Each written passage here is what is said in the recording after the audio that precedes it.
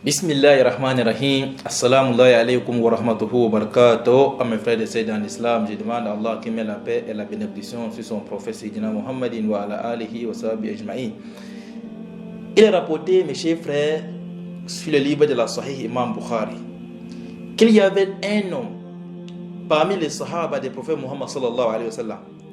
Celui-là, mes chers frères, il a beaucoup combattu les jours de la Ghazwa al-Uhud.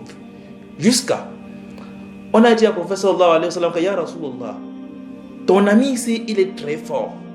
Il est très fort pour défendre l'islam. Le prophète a dit que oui, mais je vais vous informer une chose.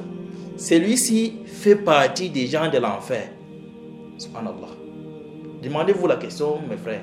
Comment une personne qui a combattu pour l'islam, qui a donné toute sa force pour défendre l'islam, le prophète Mohammed dit que lui fait partie des gens de l'enfer.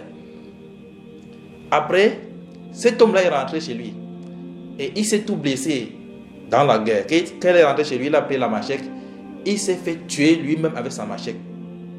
Le prophète Mohammed sallallahu alayhi wa sallam a dit, mes frères, que inna rajulan la ya'mal bi amal ahli al-jannah fima yabdu lin-nas wa huwa min ahli an-nar wa inna rajulan la ya'mal bi amal ahli an-nar fima yabdu lin-nas wa huwa min ahli al-jannah. Le prophète a dit, mes chers frères, que un homme, parfois l'homme travaille le travail des gens du paradis, alors que cette personne-ci, quand sa mort arrive, lui change le travail et il ne meurt pas dans l'enfer. Et il y a parmi les gens, c'est lui qui travaille le travail des gens de l'enfer. Mais quand sa mort arrive, lui s'est repenti et il travaille le bon travail, il part au paradis. C'est pour nous dire quoi, mes chers frères? Tout chacun parmi nous doit apprendre à se rabaisser. Même si celui qui est là-bas est un chrétien, ne te permette jamais d'insulter une personne parce qu'il est un chrétien. Même si tu regardes une personne en train de faire l'erreur, ne te permette jamais de lui insulter. Sache que Allah Azza wa Jalla, il a mis ses secrets sur ses serviteurs. Les esclaves de Dieu, Allah a mis son secret sur eux. Parfois tu vois une personne comme ça, il est chrétien, tu l'insultes. Le lendemain, lui, s'islamise, il devient musulman. Et parfois, toi que tu pensais que tu es un musulman, tu ne meurs pas dans l'islam, tu ne pas dans l'enfer. C'est pour cela, mes frères, on doit apprendre à nous rabaisser, à respecter tout le monde, de ne pas juger les gens, de ne pas jamais juger les gens. Je vous donne encore une histoire par l'autre exemple. C'est Khalid bin Walid.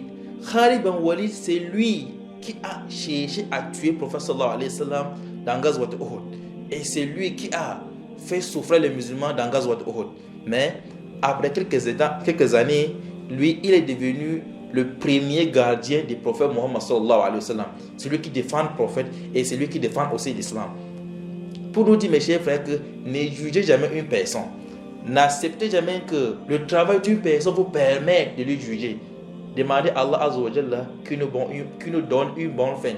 Innamal a'mal bi khawatimiha. C'est vrai que, mes chers frères, un musulman est la personne qui meurt dans l'islam. Un chrétien est une personne qui meurt dans le christianisme. Et je demande à Allah Azza wa Jalla qui nous protège, qu'Allah fait en sorte que nous tous, nous serons parmi ceux qui vont vivre ce monde-ci en tant que musulmans.